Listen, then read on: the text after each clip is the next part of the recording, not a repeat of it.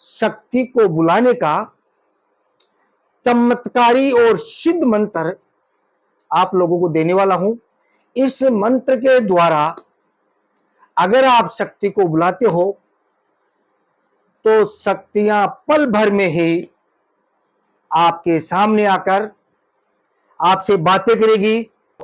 इस मंत्र के द्वारा आप कुछ भी कार्य कर सकते हो। दुनिया में ऐसा कोई कार्य नहीं जो आप कर नहीं सकते। ऐसा चमत्कारी और पावरफुल मंत्र आप लोगों को देने वाला हूं। आज जो मैं आप लोगों को साधना देने जा रहा हूं वो है शक्तियों को बुलाने का एक पावरफुल मंत्र। इस मंत्र को भक्तों पहले सिद्ध किया जाता है।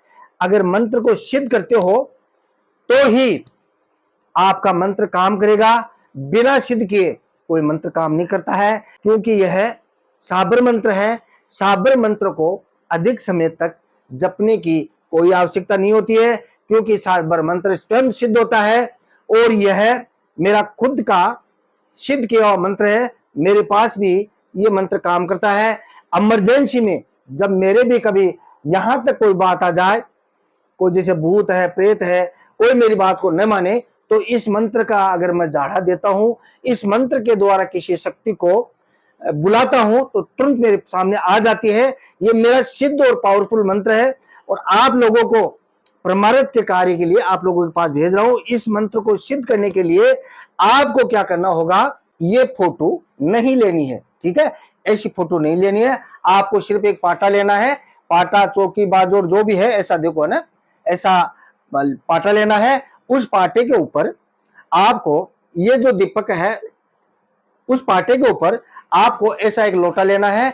लोटा, ये लोटा आपको पानी से भरना है। ये लोटा आपको पानी से भरना है और उसके ऊपर एक ऐसा ढक्कन लगा देना है, ठीक है। ऐसा एक ढक्कन लगा देना है। ढक्कन के ऊपर स्वास्तिक बनाकर आपको थोड़े से इसके ऊपर चावल डाल देना, ठीक है। चावल डालकर आपको दीपक ऐसा लेना है, ठीक है। ऐसा ध्यान है, आड़ी बात वाला दीपक, देखो ये देखो आराम से, आड़ी बात वाला ऐसा एक दीपक लेना है। और दीपक में अगर आपके पास घी है, शुद्ध घी है तो घी डाल देना, वरना घी नहीं है तो आपको तिल का तेल इस दीपक के अंदर डाल देना है और इस दीपक को जला देना है। अपने सामने देखो, ध्यान रहे, अपने सामने ऐसा आपको फिर से एक लोटा लेना है, ठीक है। इस लोटे को आपको चावल से भर देना है, ठीक है। इस लोटे को चावल से भरकर इसके ऊपर फिर से आपको ऐसा एक ढक्कन लगा देना है और इस ढक्कन के ऊपर स्वास्तिक बनाकर आपको थोड़ा सा चावल इसके ऊपर भी डाल देना है। नारियल रखने का तरीका देखो, नारियल एक तो पूंछ होती है, एक मुख होता है ना, मुख उसे बोलते हैं जो पेड़ के लगता है नारियल, है ना। ऐसा आपको ऐसा एक नारियल रख देना है। ऐसे ही आपको ये वाला नारियल रखना है, ठीक है। ये बात आपको समझा गई। उसके बाद में ये जो ऐसा आपको हवन कुंडी लेनी है।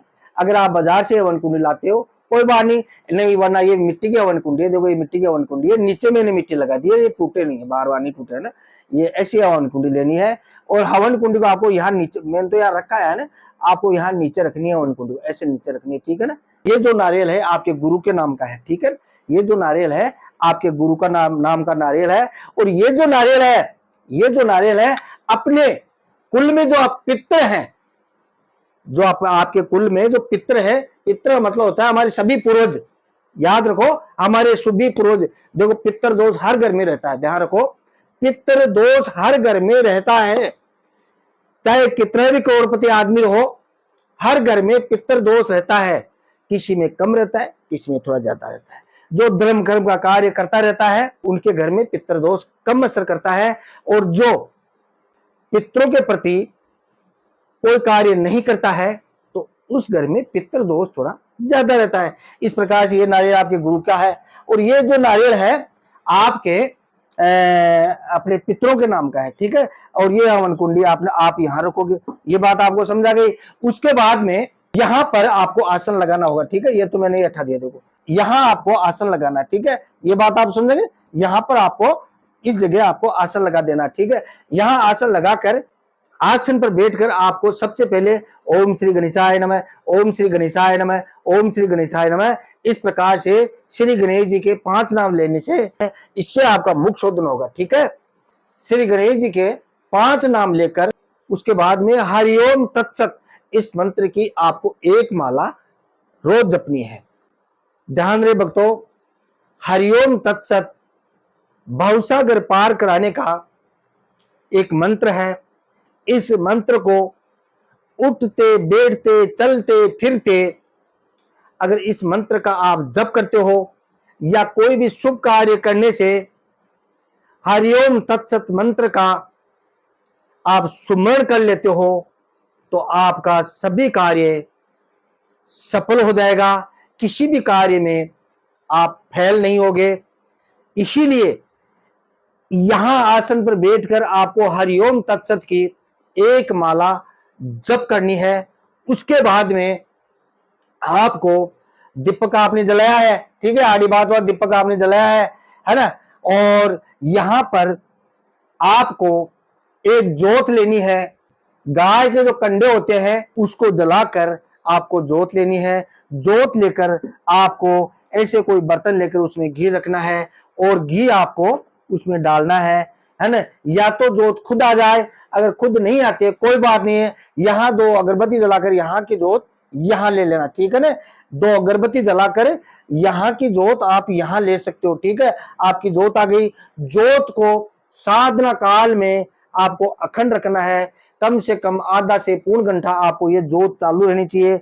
आपको घी की व्यवस्था पहले से तैयार रखनी है। कम से कम एक दिन में आपको 100 ग्राम आपको घी लग सकता है, ठीक है भक्तों। एक दिन में आपको 100 ग्राम घी लग सकता है और घी आपको डालते रहना है। जोत के अंदर आपको एक जायफल, जोत के अंदर आपको एक जायफल, देखो दिखाने के लिए मैंने ये मेरे पास जायफल है, दिखाने के लिए मैंने ये जायफल लिए हैं। जोत के अंदर आपको एक जायफल हवन कर देना है, ठीक है। जोत के अंदर जैसे आपने यहाँ जोत ली, आपको अच्छी तरह समझाओ, यहाँ पे आपने जोत ली, जोत के अंदर ऐसा एक जायफल आपको ऐसा रख देना, ठीक है।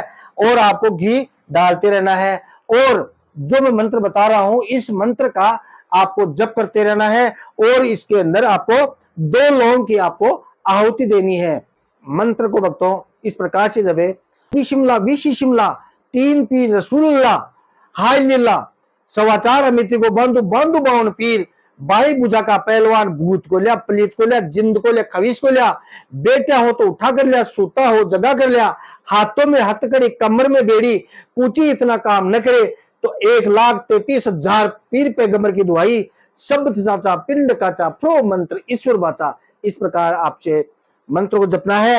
एक बार मंत्र को बोलकर आपने जो कटोरी के अंदर आपने लौंग ली है, 2 लौंग को उसके अंदर जो हवन आपने यहाँ हवन कर रहे हो उसके अंदर डाल देना है और हवन डालते थोड़ा सा घी उसके अंदर डाल देना है। इस प्रकार आप 108 जप करोगे और 108 इसमें लौंग की आहुति दोगे। अब गिनती कैसे होगी, 108 कैसे गिनती होगी, मैंने आपको 216 लौंग बताई है, वो कटोरी में रखनी है, तो 2 लौंग डालते जाना, लौंग पूरी हो जाएगी तो आपकी आहुति भी 108 पूरी हो जाएगी और मंत्र का जप करते रहना है। ध्यान रहे भक्तों, यह डरावनी साधना है। साधना काल में कोई भी शक्ति आपके सामने आकर खड़ी हो सकती है, तो डरे नहीं, अपने अच्छे गुरु की देखरेख में ये साधना करे या सलाह ले। इस साधना में आपको सुरक्षा कवच की आवश्यकता पड़ेगी, बिना सुरक्षा कवच के साधना मत करना। और हर शुक्रवार को रात्रि के समय में इस साधना को करना और कम से कम आप 5 शुक्रवार, रोजाना नहीं, 5 शुक्रवार, कम से कम 5 शुक्रवार आप इस मंत्र का जप करना, 108 और हवन भी चालू रहे। इस प्रकार से आपका मंत्र सिद्ध हो जाएगा। मंत्र सिद्ध होने के बाद में इस मंत्र को एक बार बोलकर अपने हाथ में पीली सरसों ले और पीली सरसों हाथ में लेकर और मंत्र को बोलकर और ऐसे 3 फूंक मारे, पीली सरसों है ना, पीली सरसों के 3 फूंक मारे और अपने ऐसे चारों दिशाओं में से फेंक दो, ऐसे ताली बजाओ।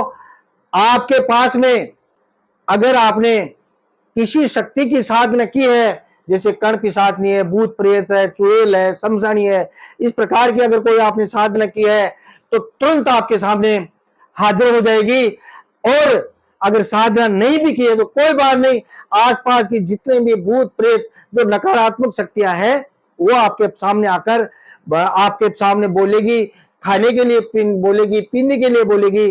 इन शक्तियों को आप कैसे कंट्रोल करोगे? अगर आपके पास में सुरक्षा कवच है, सुरक्षा कवच की अगर आप फूंक मारते हो तो ये शक्तियां वापस अपने अपने स्थान पर चली जाएगी। अगर कोई आपने साधना की है, जैसे कर्ण पिशाचनी है और कोई साधना की है, उन शक्तियों से आप बातचीत करें और अपने हिसाब से जैसे आपके गुरु ने आपको बताया है उस हिसाब से उनसे काम करवाए। भगवान आपका भला करे। जय श्री राम, जय श्री राम।